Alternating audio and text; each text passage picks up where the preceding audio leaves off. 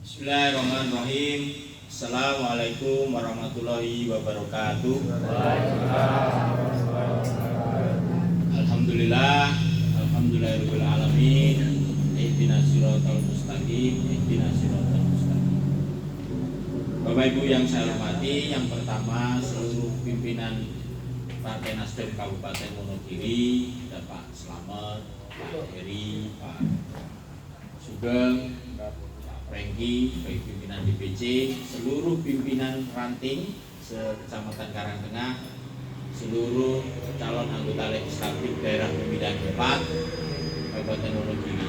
Baik Bapak Ibu semuanya, sebelum saya coba pidato, saya boleh bertanya, ini benar udah dahan atau belum? Ini panitianya nggak fair, kita suruh bicara dia di antara orang lapar ya kan? Orang ngomongnya mah madang sih nih anu. Boleh ya, kalau gitu saya minta waktu paling 15 menit, nanti pelantikan 15 menit ya. Pas jam 3 kita makan. Harusnya tadi makan dulu Pak, baru makan, kenyang, ngantuk. Jadi kita pidato ngantuk juga Pak. Masalah ya Pak. Ini kalau lu makan, saya sudah makan. Nah, jadi nggak adil, tapi ya begitulah. Baik Bapak Ibu semuanya, ingkang sepindah, tentu saja kita mengharapkan puja dan puji syukur bahwa Allah SWT telah memberikan kepada kita satu kenikmatan yang luar biasa, akal dan iman, dan juga sehat. Yang penting itu kita masih punya akal, kemudian sehat, dan masih ada iman. Kenapa saya menetapkan menjadi hal yang penting? Sungguh orang yang punya akal itu mampu mengatasi segala rintangan, karena dengan akal itu kita bisa berpikir. Tapi kalau orang dikasih akal, akalnya dibuang di dapur, maka yang diingat hanya urusan makan. Itu yang membedakan kita sama manusia, membedakan manusia dengan binatang. Oke, Bapak Ibu semuanya, mohon diperkenalkan, dari Tepang, Pulau Dedi Ramanta. Asli jeneng kula Dedi Rahmanto. Ini gane bapak kula niku penulisnya mboten ngerti mboten dene Dedi Ramanta. Sekilas mirip artis ngene oke. Saestu lho. Tapi sinten artise. Jenengan kemutan jarwo kuat. Nah, mirip apa mboten kula? Nah, Barang ini. Tapi saestu. Kula memang saya pernah jadi artis 5 episode, Pak. Sebelum itu nggak sengaja juga main di Republik Mimpi itu 5 episode. Bayangan saya kalau jadi artis itu honornya banyak, ternyata honornya sedikit karena saya hanya figuran. Baik, bukan soal itu, saya hanya ingin mengatakan kalau ingat saya sampean pasti ingat Jarwo Kuat, minimal begitulah. Ya nasib boleh baik dia, tapi saya juga lebih baik nasibnya. Nah Bapak Ibu semuanya, yang kedua, tentu saja saya heran hari ini ada orang-orang yang mau kumpul untuk urusan partai. Awan-awan, burung dikai maem, dereng dahar kok yo iso ngrungokke pidato. Ya kiai-kiai hebat tentunya ini. Tentu saya kemudian bertanya, apa yang membuat Bapak Ibu semuanya kok mau jadi pengurus Nasdem? Nah Bapak, kok jenengan purun jadi pengurus Nasdem? Nyalek ya ora. Mas Franky kan nyalek ya ora. Jenengan iki dadi caleg kok, ngurus DPRD? Enggak. Kok mau jadi pengurus Nasdem? Apa yang membuat jenengan mau? Pengen perubahan, Pak. Pengen perubahan. Maju. Napa boleh? Demokrasinya biar sehat. Gampang pupuke. Oke, jalannya kok nggak diperhatikan begitu kan? Jadi saya berarti memberikan apresiasi yang luar biasa kepada Bapak Ibu semuanya karena jadi Partai Nasdem kan partainya kursinya ora eneng, pengurusnya yang ngono-ngono wae, gitu oke. Ganteng ya ora Pak Franky ini. Dudo jelas gitu. Payu karuan. Kok ya gelem direkrut dadi anggota Nasdem. Kan itu kalau penjenengan mau semua tentu ada latar belakang yang sedang dipikirkan. Betul, Pak. MC-nya ayo gelem dadi MC, mau dibayar ora. Kok mau? Tentu itu kebanggaan bagi kita. Terlepas kita punya persoalan harus ada kursi, kita punya keinginan, satu kata kunci yang tadi muncul, kita ingin perubahan. Ini yang sedang kami perjuangkan. Kenapa jauh-jauh berapa kali saya ke sini, dan setiap ke sini kok selalu saya nongkrongnya di sini. Niku nek saking kula biasanya numpak mobil saking Sukoharjo di Karangtengah itu minimal kalau nggak salah kurang lebih 3 jam Pak, kurang sedikit lah dari tempat saya nongkrong di Bekonang sana ke sini 3 jam PP setengah dino. Jadi kalau ke Karangtengah balik lagi pasti seharian. Dalam rangka apa? Dalam rangka satu hal, kita ingin mengubah sesuatu. Apa yang mau titip, program-program yang Bapak ingin titipkan, perubahan apa yang mau dititipkan, itulah yang mau kita perjuangkan. Ini semuanya disaksikan oleh alam semesta. Hari ini kita kumpul untuk satu tekad kita mengubah sesuatu. Apa yang mau diubah? Kita bukan pengemis. Gini bagi? Penjenengan itu rakyat yang kemudian konstitusi Undang-Undang Dasar 1945 sebagai undang-undang tertinggi mengatur bahwa kedaulatan di tangan rakyat, bukan di tangan presiden, bukan di tangan DPR, bukan di tangan juragan, bukan di tangan ketua partai politik, tapi kedaulatan ada di tangan rakyat. Sesungguhnya juragan dari ini semua adalah rakyat. Maka kita punya kekuatan sebagai rakyat itu setiap 5 tahun dipergunakan, yang disebut dengan pemilu, yang harapannya kita menghasilkan wakil yang kemudian tidak bertindak diskriminatif. Diskriminatif itu apa Bapak Ibu semuanya? Pilih kasih. Begitu ada kasih, dia pilih. Nek pilih kasih itu hanya boleh kita mau berumah tangga, nyari jodoh itu boleh pilih kasih. Karena kalau mau nyari jodoh nggak pilih kasih, semua dikasih, nah, bahaya itu. Berat. Tapi kalau kekuasaan, kalau pemerintah tidak boleh pilih kasih, karena mandatnya itu untuk rakyat. Meskipun yang milih Nasdem, sungguh dewan yang terpilih itu tidak hanya dan tidak boleh melayani orang Nasdem. Sama, sungguh kalau hari ini partai kawan kita, partai sebelah ini memenangkan semuanya, ketika dia terpilih tidak boleh melayani pemilihnya saja. Itu yang mau saya katakan, penjenengan semua rakyat pemegang kedaulatan tertinggi. Alhamdulillah, minimal wedangnya teko. Mas Franky ini cuman PHP dari tadi suruh dengerin orang gitu. Makasih, Mbak. Ini kan segone buatan ini. Enten buatan. Alhamdulillah. Oh belum. Nembe iki, Pak. Wah, bahaya ini. Oke. Saya lanjutkan. Bapak Ibu semuanya sambil itu ada apa? Nunggu minum.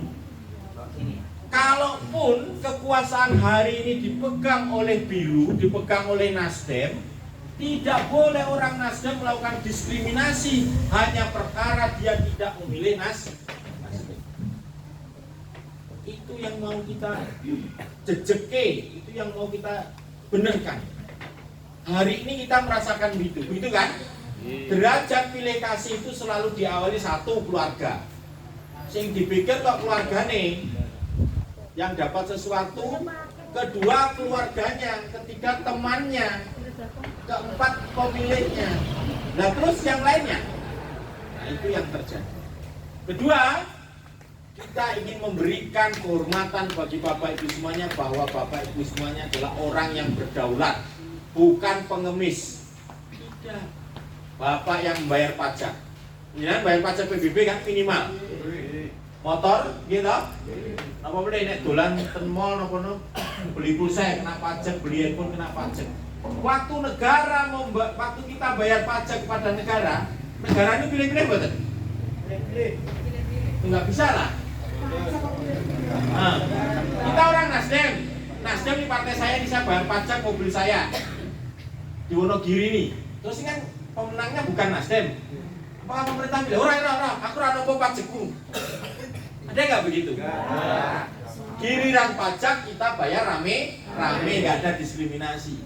Begitu kemudian program pemerintah, bukan bantuan juga itu Bu namanya. Program. Harusnya. Ini duitnya rakyat kok. Duit kita sebenarnya, bukan bantu.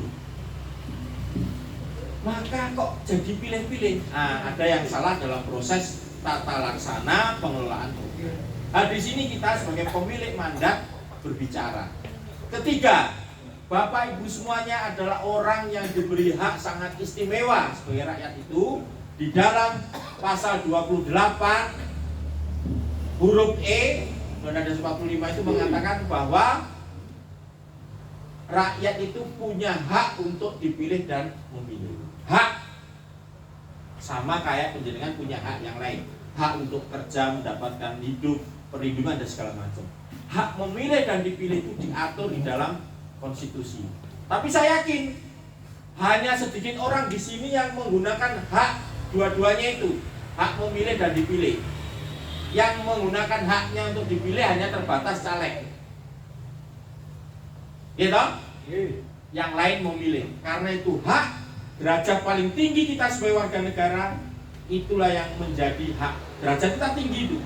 Tetapi karena kita kehilangan akal, kehilangan nyali, seringkali kita frustasi dan akal sehat kita tidak bekerja, maka kita memilih jalan gelap, jalan yang dusta. Napa niku? Jual beli hak memilih. Nah, Pak Yai, ten Islam itu kan kalau jual beli yang tidak diatur itu namanya apa? Haram toh nggih? Tidak sah jual beli, akadnya tidak sah. Itu hak boleh nggak diperdagangkan? Dagang itu harus ada fisiknya Pak nggih. Kalau hak boleh nggak diperdagangkan? Tidak boleh. Kalau penjenengan pitados Islam dan syariatnya ya menjual hak itu sama saja kita memulai langkah untuk ngomong yang tidak benar. Gini ngomongnya Pak Yai, mulai ngomong ngaji. Itu kira-kira. Kedua, derajat orang yang tidak menggunakan akalnya dan kemudian semena-mena menjual hak pilihnya, hak memilihnya itu sungguh orang yang dalam derajat kenegaraan kita, masyarakat kita itu asor. Barang orang ini kok tidur. Perkara kita menemukan itu perkara lain. Kita jejeki dulu cara berpikir kita. Biar penjenengan kita semuanya di kerangka yang sama berpikirnya. Menjual, uang menjual yang bukan barangnya aja disebut pidana dan haram, mencuri. Tapi ini menjual yang barang itunya nggak ada. Hak itu kan ada dalam kepala dan tindakan. Nggak bisa berbentuk barang. Karena barangnya orang.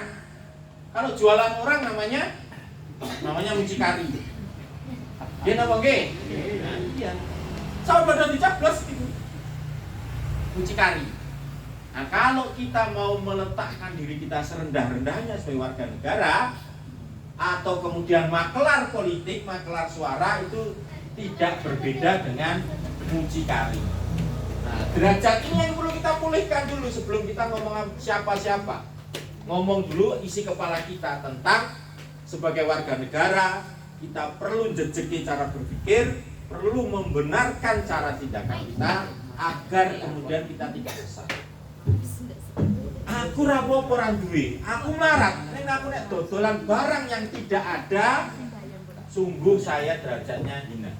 Itu. Sehingga Bapak Ibu semuanya, faktanya kita menghadapi situasi yang mana dari 10 orang yang kita temui, 9-nya berpikir cara yang praktis. Karena apa? Karena kekecewaan. Ketiga kan karena mudah. Berang-berang tahun pemilu yang ini wae. Berang-berang tahun ya begitu, hasilnya nggak ada. Itu cara berpikir yang praktis dan benar. Karena apa? Karena Anda tidak pernah menitipkan programnya. Kalau punya, berarti pada orang yang salah Anda menitipkan keinginan perubahan itu. Maka Bapak Ibu semuanya, yang ingin saya katakan bahwa tadi Pak Kiai sudah memberikan doa yang saya dengar luar biasa. Diawali, ya Allah berilah kami jalan yang lurus, tunjukkan kami jalan yang lurus. Dan hadir di sini, saya berharap inilah jalan perjuangan kita, bukan jalan gelap, jalan pragmatis yang mau kita pilih. Itu pengantar pertama Bapak Ibu semuanya. Yang kedua, partai ini alat perjuangan Bapak Ibu semuanya. partai tidak boleh jadi juga mucikari legal. Mangertos karep kula nggih, mucikari legal. Dia kumpulkan orang, dia tidak perjuangkan, malah kemudian digeser-geser, pindah sono, pindah sini. Hari ini kita menemukan aktor-aktor yang begitu. Kepalanya kosong, harapannya banyak. Jatuhnya apa? Jual beli. Saya menemukan banyak orang yang masuk ke partai bukan karena sedang melakukan keinginan untuk perubahan, tidak menitipkan agenda-agenda perjuangan, tetapi masuk karena hanya yaing konco. Ya boleh ikut teman, tapi di dalam proses perjuangan ini mesti ada yang mau diperjuangkan. Oke, itu yang ketiga. Yang keempat, Bapak Ibu semuanya, karena partai ini alat perjuangan, Bapak Ibu semuanya sebagai pengurus partai, maka dia menjadi garda terdepan untuk ngomongin perubahan. Susun agenda perjuangan. Kenapa saya bilang agenda perjuangan? Karena sesungguhnya kita ini bagian kecil dari orang yang di bawah sana, di dalam sana, di luar sana, sedang gelisah juga memikirkan kondisi tetapi tidak tahu what's to be done. Mulai dari mana kita akan melakukan. Nah, maka perubahan itu tidak hanya mutlak jadi beban kita, tetapi juga harus ditularkan kepada yang lain. Jangan kemudian masalah kesejahteraan rakyat Wonogiri itu tanggung jawab Nasdem saja atau tanggung jawab kita di sini enggak. Yang merasa gelisah harus kita kasih tanggung jawab juga. Kok penak? Begitu agenda perubahan ngomongin dalam rusak kok pikiranku, sementara kamu juga lewat jalan tidak ngomongin soal perjuangan. Sama yang kita hadapi harus ya menjadi bagian perjuangan kita. Sehingga partai politik itu adalah alat perjuangan. Kenapa? Kalau sampai letakkan partai politik bukan alat perjuangan, tetapi hanya sekedar masuk dalam dunia praktis, dunia gelap tadi, dol tinuku wau, maka sesungguhnya kita semuanya adalah bodoh kuadrat. Nanti partai nggak lebih dari dinas sosial. Pokoknya partai ini dinas sosial. Salah. Partai itu harus menghasilkan orang, wakil, dan wakilnya ini yang mengelola anggaran. Penjenengan mangertos anggaran Kabupaten Wonogiri per tahunnya berapa? Nggak tahu, gitu. Kita tahunya kalau bayar pajak kita setahun tahu, Mbak G. Tapi kalau negara punya duit berapa itu kita nggak tahu. Secara nasional duit kita itu sekarang APBN 2.800 triliun untuk sekitar 260 juta rakyat Indonesia dengan 38 provinsi. Duitnya 2.800 triliun. Dibagi-bagi dan segala macam sampai ke daerah, sehingga Kabupaten Wonogiri kurang lebih anggarannya saya kurang paham 2 triliun lebih Pak G. 2 triliun lebih untuk sekitar 2,1 T untuk sekitar 1.100.000 penduduk. Itu duit itulah yang mau kita dorong supaya rakyat selayani. Jadi sungguh sesat cara berpikir kita kalau kita pilih Pak Slamet suruh bangun jalan. Nah, emang duitnya berapa Pak Slamet?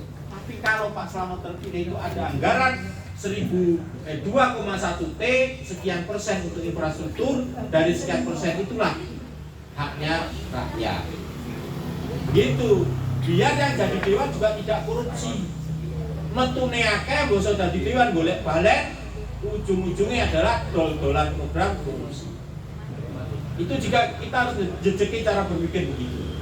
Susun agenda perjuangan, kawal agenda perjuangan, jadikan wakil, kemudian pastikan agenda itu diperjuangkan oleh wakil. Kalau wakil tidak memperjuangkan, kita pecat. Ini janji semuanya. Kalau terpilih di sini ada satu dewan dan tidak melakukan agenda perjuangan yang sudah kita susun, partai akan pecat dia. Bisa Pak, sangat bisa. Sangat bisa. Maka anggota dewan itu adalah tangan panjang partai. Partai punya kuasa untuk melakukan perubahan. Maka susun dulu kekuatan, susun agenda perjuangan,